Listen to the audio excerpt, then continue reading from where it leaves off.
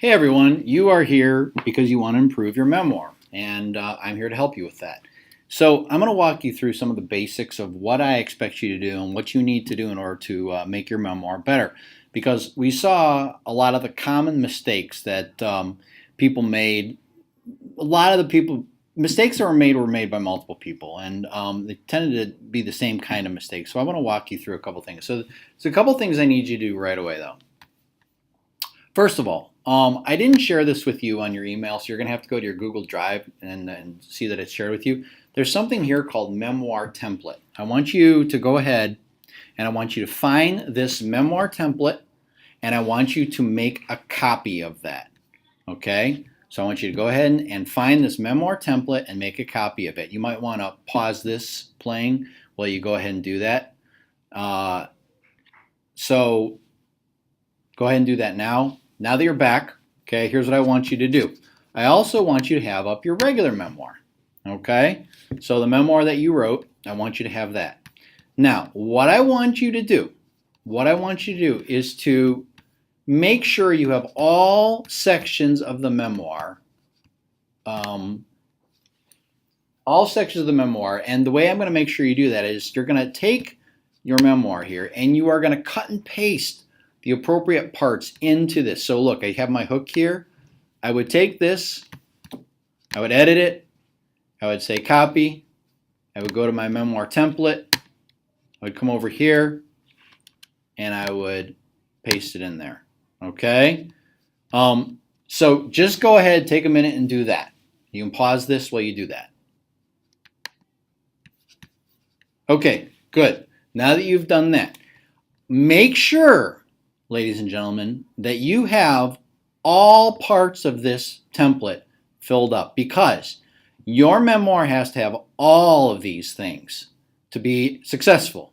You have to have a hook, you have to have exposition, you have to have a rising action, you have to have the climax, you have to have falling action, you have to have your so what, and you have to have your conclusion. Now, just so you know, you can see, ladies and gentlemen, that I've given you a brief description of what each parts of those are. Now, we've already covered these in class, but I wanted to remind you. So all of your memoir gets cut and pasted into this document, okay? That includes wherever you have dialogue. All right, that's the first step I want you to do. So go ahead and pause this recording and go ahead and do that now. Okay, now that you're back, there's two other things I want you to have up in front of you, okay? I want you to have your do's and don'ts, all right, for memoir writing. This is something that was shared with you a long time ago, so I want you to go ahead and find that, all right? I also want you to have dialogue punctuation rules because that's going to be necessary. One of the biggest mistakes I saw is people who were not punctuating their dialogue correctly, and that's actually where I'm going to start, all right? So take a minute, pause this recording, and find that. Okay, good. All right, I am going to start with dialogue punctuation because people still had some problems with this. And so what I'd like you to do is I'd like you to go ahead and find in your memoir, and actually you should probably just use the version that you cut and pasted onto your memoir template. I want you to go ahead and find the part where you had dialogue, okay, where you had dialogue. And I want to do it in the most basic way possible so that you, frankly, you just will not, you can't make mistakes if you do what I say to do, all right? So here's what I want you to do. Remember, whatever is being spoken gets quotation marks. Whatever doesn't get quotation marks, or whatever does not spoken does not get quotation marks. And also, you need to, and this, the do's and don'ts of dialogue explain this, make sure that you indent. Now, I want you to do your dialogue a very basic but correct way, all right? First thing you're going to do, first of all, I want you to go ahead and highlight the first part of dialogue that you have in your memoir. So find a part where someone is actually speaking, okay? Now, what you're going to do is you are going to write that dialogue again, the same dialogue, but I want you to do it the correct way, and I want you to do it exactly as I do. First of all, I want you to go ahead within the story, wherever it correctly belongs, I want you to hit the tab button. All right. Then let's say the quote was, "These pretzels are making me thirsty." That was actually being spoken. So you would go ahead and tab. You would have a quotation mark there. You would say, "These pretzels are making me thirsty." Now, because this sentence would end with a period, because it's a quote, it gets a comma. So what you do is you put a comma there, you put end quotes, and then you have what's called the attribution. Who said it? All right? Who said it? So I'll just make this up.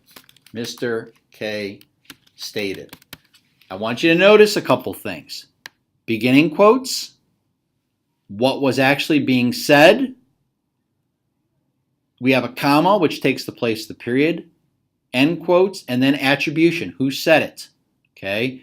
Now, notice at the end, I still have a period. All right.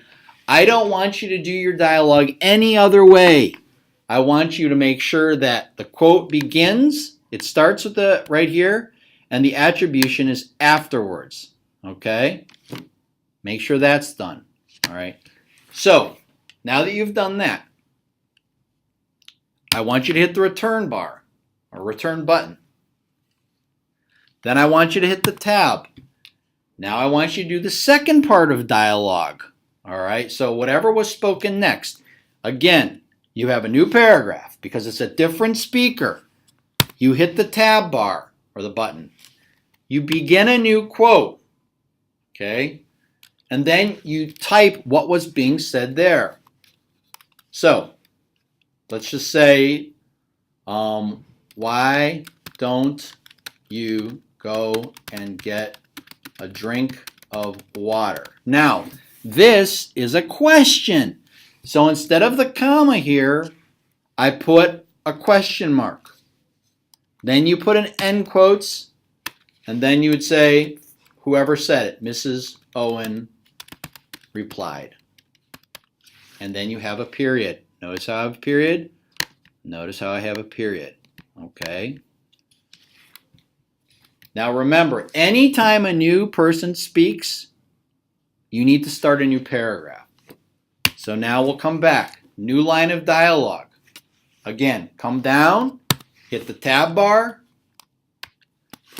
Last one. This is kind of a joke, but I want to use an exclamation point in this. Don't tell me what to do.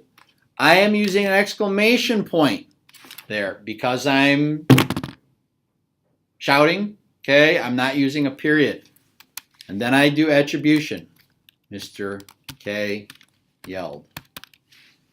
Ladies and gentlemen, couple things.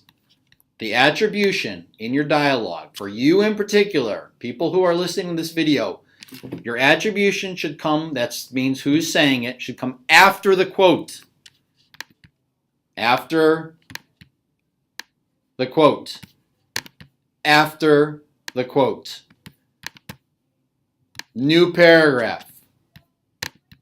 New paragraph. New paragraph. All right.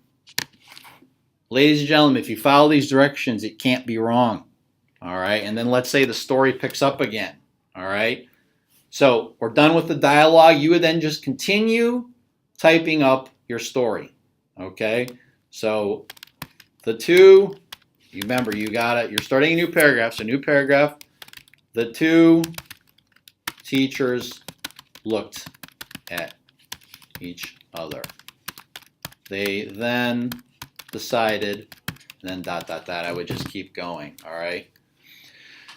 That, ladies and gentlemen, is how you do dialogue. And the way I want you to do it, what is spoken starts the sentence. Attribution always comes after a new paragraph. You start a new paragraph each time someone speaks. Yes, this is its own paragraph.